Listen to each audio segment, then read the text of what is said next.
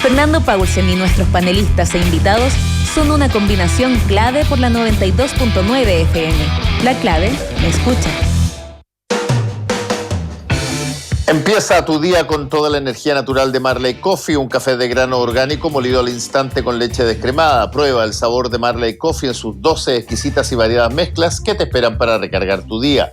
Con Marley Coffee disfruta tu día con toda la onda. Ya estamos en la primera parte de este panel de día martes con Karina Oliva de Comunes y también con Óscar Rementería del Móvil. ¿Cómo están, Karina, Óscar?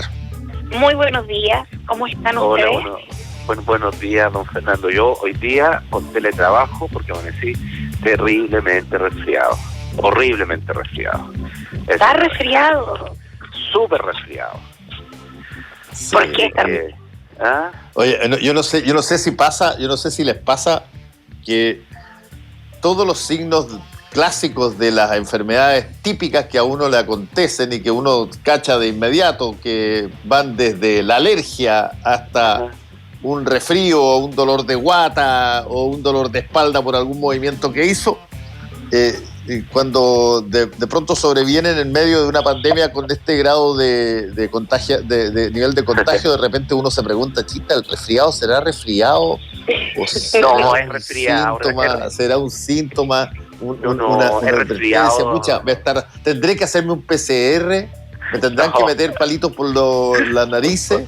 No, un resfrío, porque no tengo fiebre, no tengo tos y además que los mocos amarillos, así que eso es resfrío.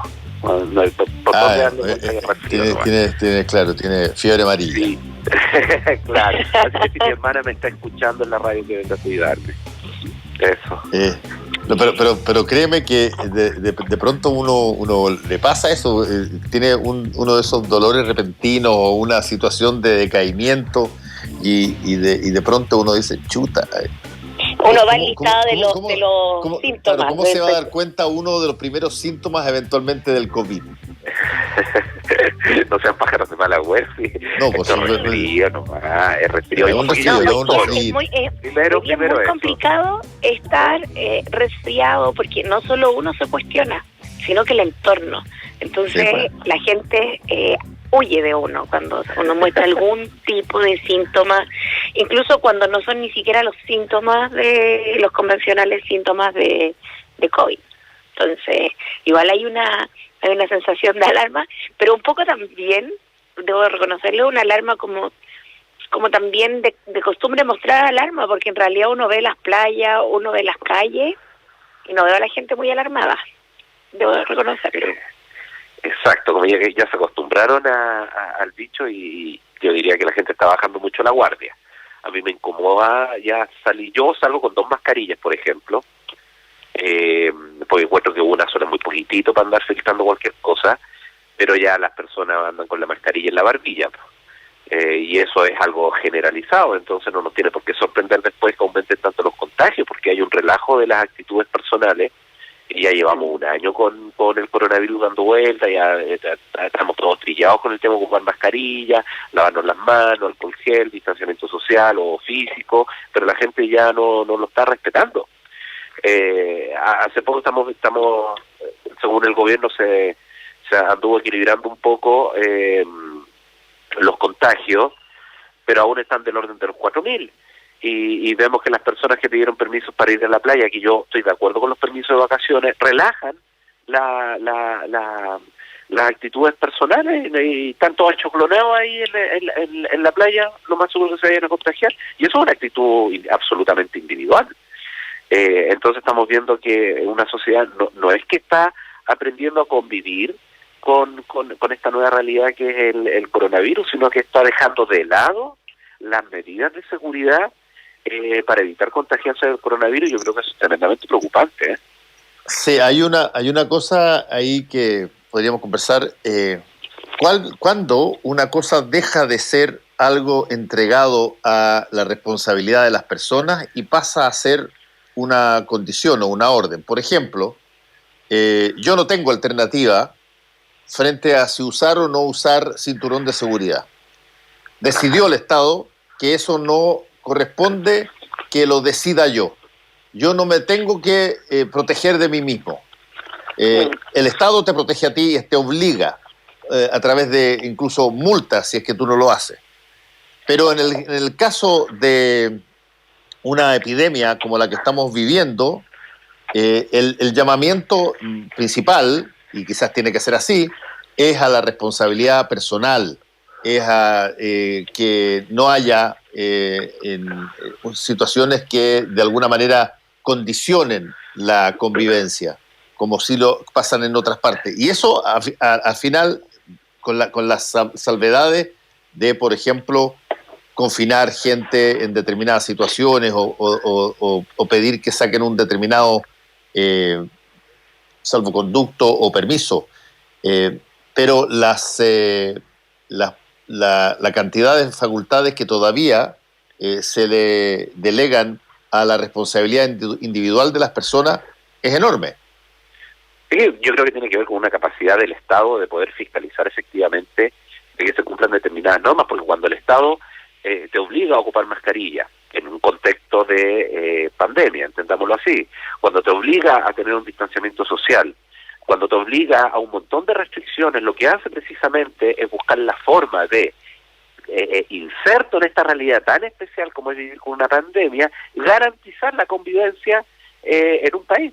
Porque ocupar cinturón de seguridad, decir que las personas crucen por las esquinas, por los pasos peatonales, que respeten el semáforo, que respeten los carteles del paso del es una forma de asegurar o garantizar una cierta convivencia pacífica y segura entre los ciudadanos. Y cuando pone estas alternativas, cuando pone estas obligaciones de ocupar mascarilla o alcohol gel, o el distanciamiento social, o los cordones sanitarios, los pasaportes, etcétera, etcétera, lo que hace también busca la forma de que en el país se pueda, entre comillas, garantizar esta convivencia con determinadas restricciones para disminuir la cantidad de contagio, pero al mismo tiempo estamos viendo que la gente no le toma el peso, y aquí estamos viendo que no le toma el peso desde la A hasta la Z. Pues ayer nomás estaba viendo las noticias que volvieron a pillar ahí en Cachagua, se llevaron preso a 20 personas que estaban en un carrete, sin distanciamiento social, sin mascarilla, sin ninguna cuestión. ¿Ya? Y así como también están pillando fiestas clandestinas en diferentes lugares, y las personas están siendo súper irresponsables a participar, porque lo que hacen es diseminar un contagio tremendamente fuerte, no le toman el peso a las acciones individuales que ellos están tomando. Y por ejemplo, la diputada Sandón reconoció que 2 de sus hijos, uno de 19 y 21 años, o sea, bien peludito, bien hediondito los cabros, participaron de fiestas clandestinas ahí en Cachagua. Y ella, como en su rol de madre, obviamente no de diputada, los puso inmediatamente en cuarentena preventiva, porque ella misma dijo que tiene papá de 87 años. Y si estos nietos llegan a ir a ver a los papás, que más encima tenían coronavirus, terminaron teniendo coronavirus los dos, los habrían contagiado, probablemente los habrían matado.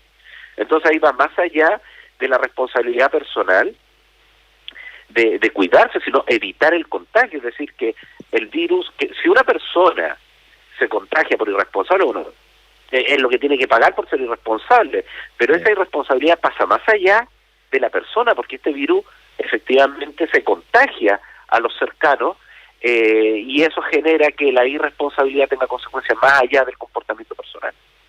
Oye, pero yo creo que aquí se generan varios fenómenos súper complejos, y como que uno, es cierto, yo creo que la gente está un poco agobiada y cansada, y tiende, y uno puede juzgar y decir, sí, esto es una acto irresponsable, ver la cantidad de personas que salen de la región metropolitana, sobre todo a la quinta región, exponiéndose a una situación de COVID, donde también la inserción sanitaria, me refiero a la capacidad médica que hay en otras regiones fuera de la metropolitana, es mucho más baja, y tienden a colapsar los sistemas de salud. Lo vimos la otra vez con los dichos incluso de la subsecretaria, dado lo que pasó en Cachagua, que había 306% más de un índice de contagio.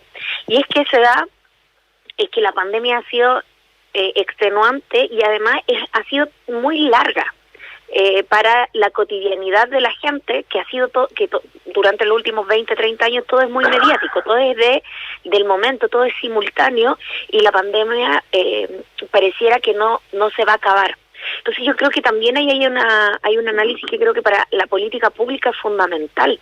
¿Qué está pasando en términos de cotidianidad de las familias que, a diferencia del año pasado, de tomar todas las medidas y entrar en como un colapso social, no hay que olvidar que se acabaron los alcohol gel, hasta el confort se acabó, que no tenía nada que, o sea, uno pudiese decir que tiene de coherente que se acotara el papel higiénico en los supermercados, pero se acabó el alcohol gel, se acabaron, ¿se acuerdan?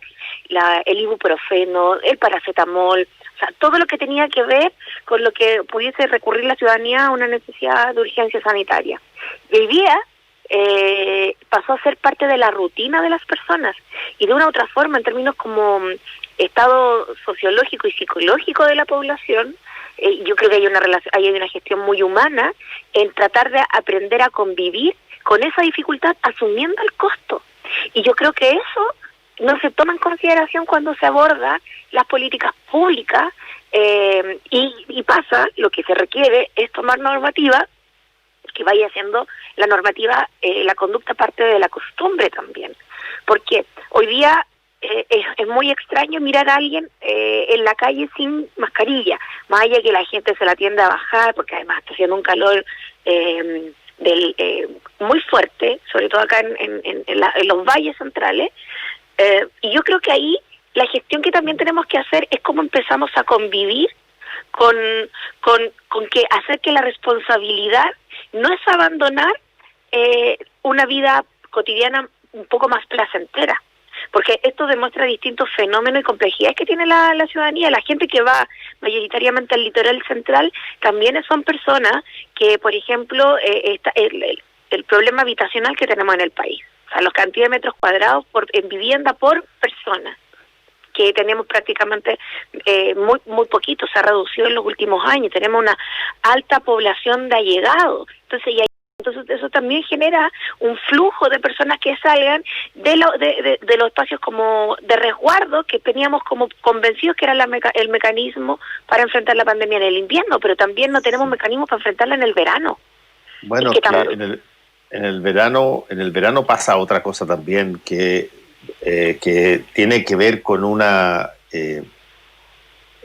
idea que está basada en evidencia histórica de que es el tiempo donde uno puede tomar vacaciones, mucha gente lo puede hacer, donde se produce un relajo de muchas de las exigencias y obligaciones que se tienen durante el año, que son los horarios, esas cosas incluso. En todo orden de cosas. Y bueno, la inercia de esa conducta es mucho más poderosa a veces incluso que las instrucciones, como se ha visto, de la autoridad respecto a una pandemia.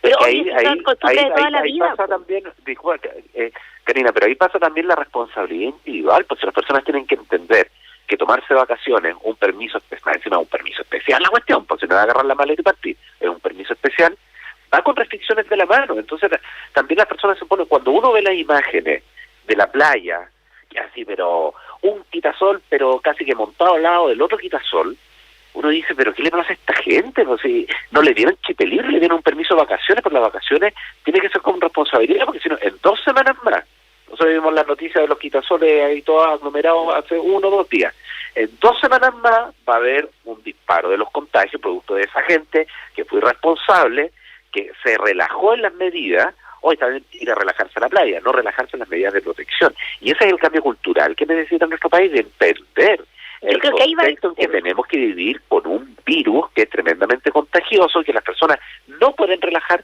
las medidas de protección personal, porque en vez de superar el bicho el 2021, la vamos a estar superando el 2022, o el 2023. Sí, pero además, Oscar, yo creo que ahí se generan 2 cosas importantes de las que hay que hacerse cargo. Yo esto no lo digo porque creo que la gente no tenga una actitud como evasiva. Yo creo que hay una relación evasiva con la crisis que estamos viviendo, porque no solo ha sido pandemia, la gente ha tenido que ser responsable económicamente, ha tenido que ser responsable en cuidarse a sí mismo, en entender que tiene un vínculo de relación con el otro, con las otras, con sus vecinos, con sus vecinas. O sea, la presión que tiene hoy día la ciudadanía y la población a nivel mundial es enorme. Y nosotros tenemos un déficit en cómo construimos comunidades políticas, sociales, en que nos hagamos cargo de los problemas que tenemos colectivamente. Porque la gente, como tenemos tan metido el chip individual, que cree que ya yo me cuido, yo voy con mi mascarilla y da lo mismo si la playa está llena, porque yo estoy protegiendo, me estoy protegiendo y estoy tomando yo las medidas. No hay un contexto de un espectro más amplio, de una relación mucho más colectiva de lo que está pasando. Entonces yo creo que ahí comparto contigo, ahí hay un cambio que hay que generar desde un chip cultural, porque yo entiendo las razones por qué la gente sale y evade incluso la pandemia, como tratando de tener las mismas vacaciones en el litoral central que tuvo siempre, que ha tenido siempre en su vida. Y a mí, entre las cosas que he decidido, por ejemplo, no salir de la región metropolitana, es porque la capacidad hospitalaria del resto de las regiones no da abasto ni siquiera con la población que tienen en temporadas que no son estivales. ¿Cómo van a hacerse cargo y responsable y tener la capacidad de tener la gestión, por ejemplo, en el litoral central, donde no hay un hospital con una capacidad de camas críticas grandes, como no sé, tiene la región metropolitana, que ya está subvalorada, que ya tiene muy pocas? Entonces estoy colaborando para que hayan colapsos. Entonces, también no solo tiene que ver con que yo tomo las medidas.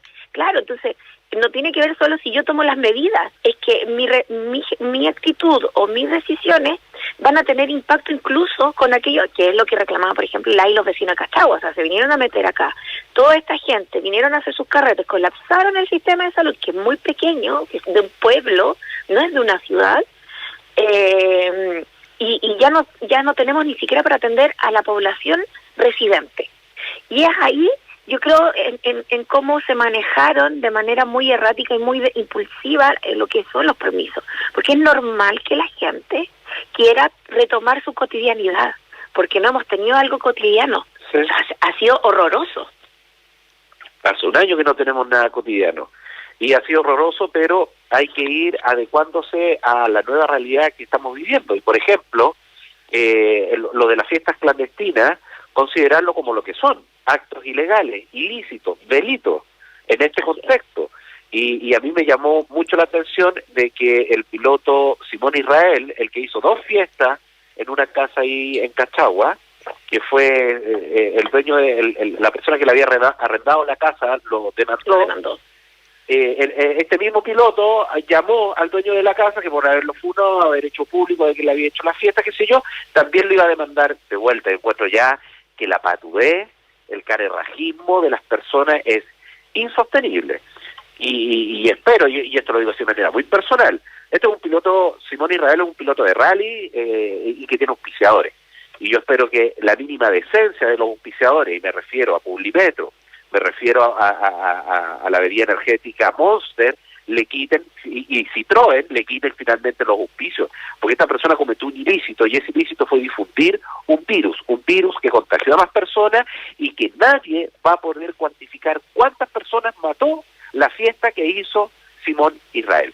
Así que yo espero aquí, aparte de la sanción sanitaria, aparte de la sanción legal, una sanción social por parte de los auspiciadores de este cabro de mierda, porque hay que decirlo así, este cabro de mierda que hizo una fiesta pasándose todas las normas sanitarias por ahí.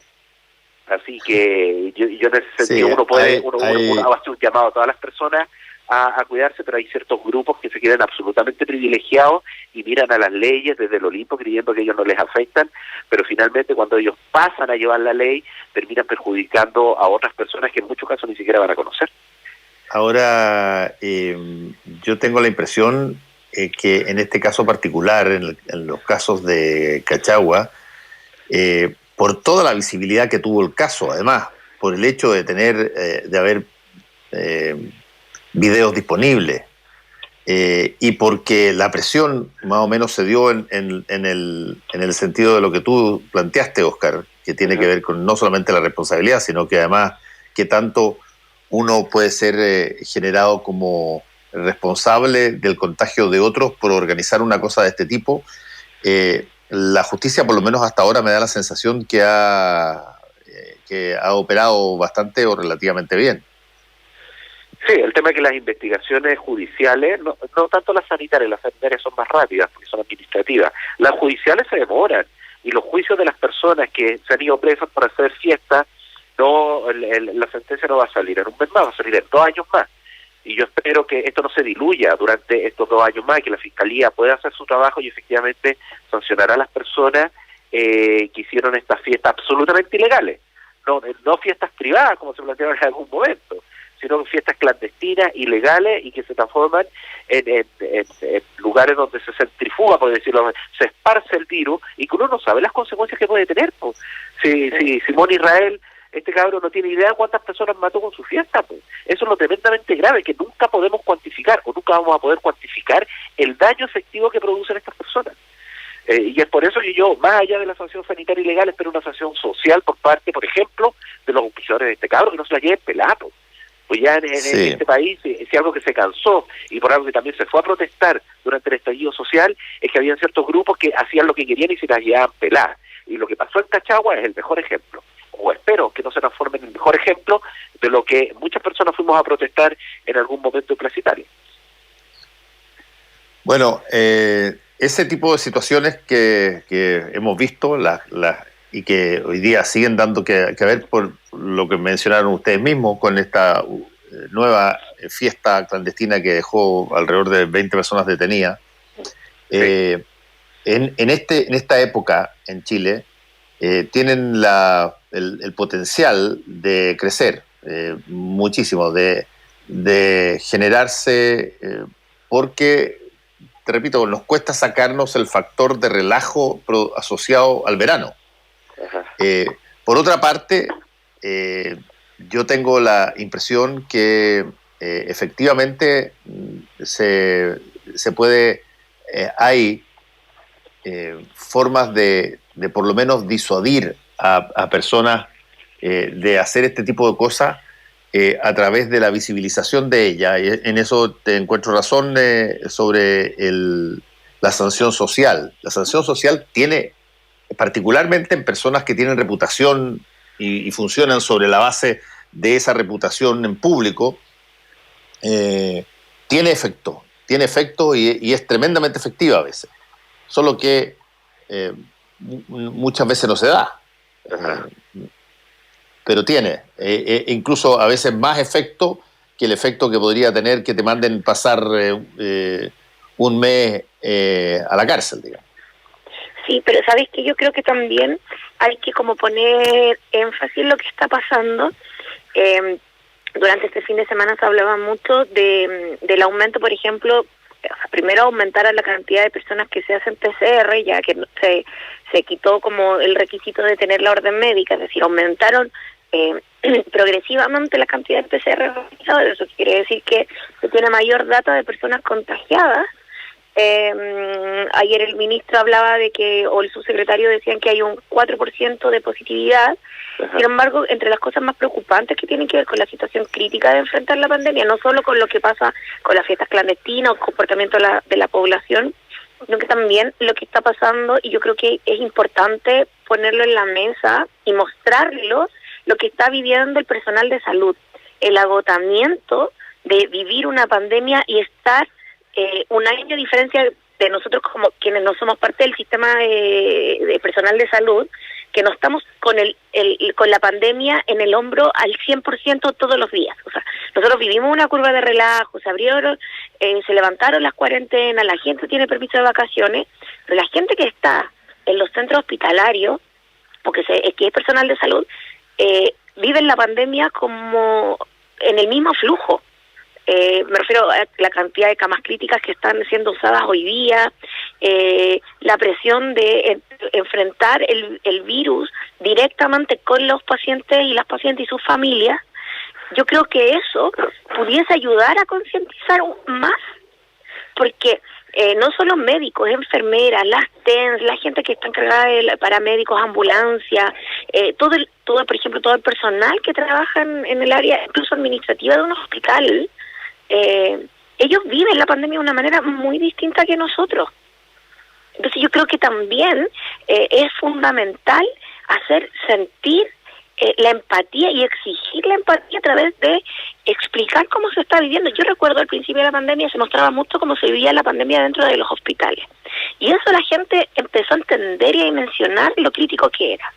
Pero ahora, como además verano, enfermedades respiratorias bajan, los sistemas de salud están menos colapsados, la gente también tiene un relajo con ellos. Y debiésemos mostrar y generar una empatía, porque el efecto que tiene hoy día del agotamiento, de que ya por normativa para enfrentar incluso los médicos y todo el personal de salud tiene que tomar vacaciones, porque si no tampoco rinden, vamos a colapsar aún más, pensando que además se siguen acumulando procedimientos médicos que ya estaban siendo retrasados producto de la pandemia durante el año 2020, sí, y que ya venían retrasados por la poca capacidad de enfrentar todas las listas de esperas que teníamos. Entonces, no es solo COVID. Estamos hablando de enfermedades catastróficas, los distintos cánceres, como otras patologías, las cardiopatías, todas las enfermedades ligadas a la neurología. Entonces, yo creo que aquí debiésemos mostrar esa cara y no solo la reprimenda de que la gente es irresponsable, porque la gente ya después se pone el tapón y mira, pero en realidad no te está escuchando. Ya que te digan irresponsable y te lo dicen todos los días, no va a cambiar. Sí, a ver, desde ese punto de vista, para ponerle una suerte de hitos a lo que está ocurriendo, Óscar, entendiendo que va a ser muy difícil que la gente no tome vacaciones, llamémoslo así, o un porcentaje de las personas.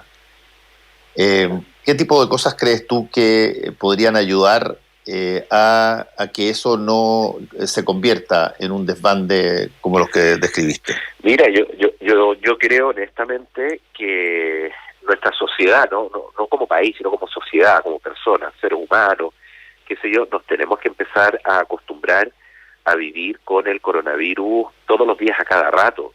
¿Y eso qué significa? Que todos los días a cada rato vamos a tener que estar tomando medidas para evitar los contagios y que de esa manera toda la sociedad pueda empezar a funcionar. Se demostró que las cuarentenas dinámicas o estáticas o las que fueran no funcionaban para detener el bicho. ¿Cuánto tiempo estuvo parado Buenos Aires? Y más bien se contagiaron todos igual. Acá hicimos dinámica, también se contagiaron todos.